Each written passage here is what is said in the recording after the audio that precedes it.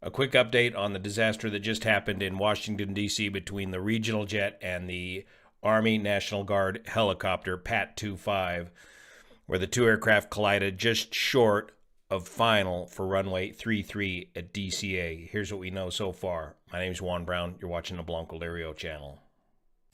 The airspace coming into DCA is extremely busy, including two prohibited areas just to the north of the airport and the Joint Base Bowling located right up here.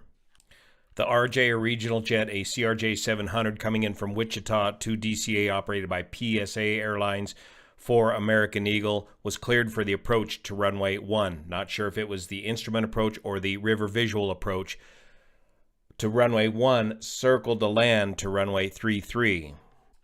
So what that means is the RJ flies the approach to this runway 1, the long runway, and then sidesteps around here to a left dogleg entry to runway 33, the relatively short runway, about 5,200 feet long here at Washington, D.C. A very demanding approach. This crew is focused on this approach.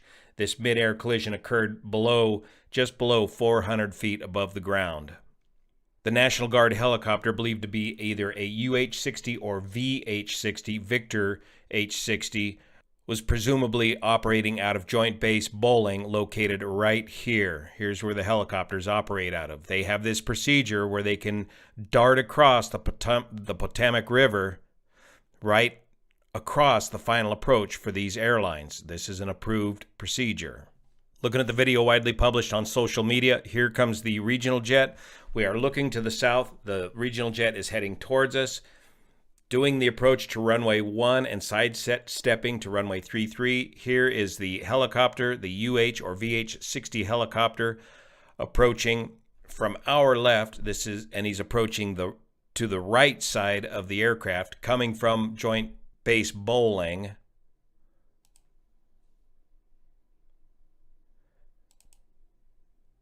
And the two collide right there. Now let's review the ATC data. First, let's check this out from ADS-B Exchange, where the two aircraft came together.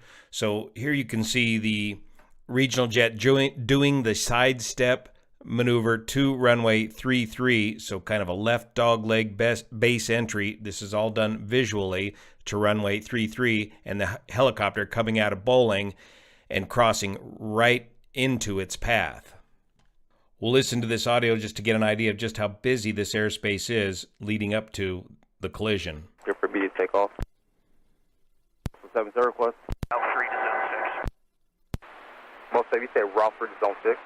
A for Alpha 7 approved. 7. National Guard, good evening. Air 1 to single minute. All of these communications are in real time. Medevac Air Carrier 1 to Washington Star, just south Commodore 290. Approved to Washington class, Rover, Space 4, Land Assured, Fairfax. 0 for Air Carrier 1, copy. S25, CRJ in flight. S25, pass on is CRJ. S25 has a aircraft in sight, precision separation. Separate. 472, Washington Star, 1 star, 32017. Okay, that was it. That was the collision. Did you hear the communications? PAT-25 is the call sign of the military transport helicopter. That's Priority Air Transport. We believe this is one of the gold top helicopters out of Washington, D.C. And the tower at DCA says, PAT-25, do you have the CRJ in sight? Now, I believe the helicopters are operating on a separate frequency from the CRJ, so I don't believe the CRJ hears the helicopters, but all this is being controlled by the tower there at DCA. So the tower says, PAT-25, do you have the CRJ in sight? PAT-25 responds, have the CRJ in sight, request visual separation, standard procedure. And then the tower clears PAT-25 to pass behind the CRJ. For whatever reason, the helicopter did not see and avoid the CRJ and ran right into him.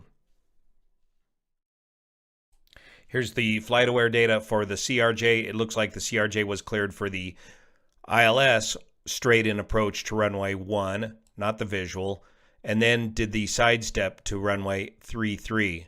And looking at the track log, the CRJ was on a perfectly stabilized approach. In other words, the CRJ was exactly where he was supposed to be, doing exactly what he was supposed to be doing. According to initial news reports, the helicopter involved was Army UH-60, or one of these gold-top VH-60 helicopters operated by Bravo Company, 12th Aviation Battalion, Davison Army Airfield, on a training flight. So there were just three crew members on board the helicopter at the time of the collision. There were no VIPs being transported at the time of the collision. Regarding TCAS, the Traffic Collision Avoidance System, it's believed that the helicopter had this equipment on board. The regional jet certainly had this equipment on board, but remember, TCAS does not give an RA or a resolution advisory below 1,000 feet. So instead, you will just get the traffic, and the diamond lighting up on your screen, but it will not tell you to climb or descend below 1,000 feet because you're simply too low to be given a descending resolution advisory that would descend you right into the water or right into the terrain. So below 1,000 feet, TCAS resolution advisories are inhibited. The weather was good at the time of the accident. The winds were gusting out of the north, 15 gust 26 knots, but for whatever reason, the helicopter pilot did not see and avoid the CRJ as he was directed by ATC and as he responded to ATC saying that he would pass behind the CRJ. Investigators will need to determine, did the helicopter even have his transponder on and operational? What were the two different frequencies that these pilots were operating on? And this background lighting can make it difficult to see these objects at night. And the bright landing lights of the CRJ, you're not going to see if you're approaching them from a beam.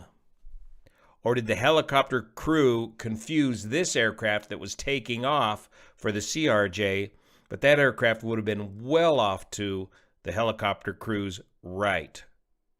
The first major airline aviation accident here in the United States since 2009. If we get more information, we'll post it here. See you here.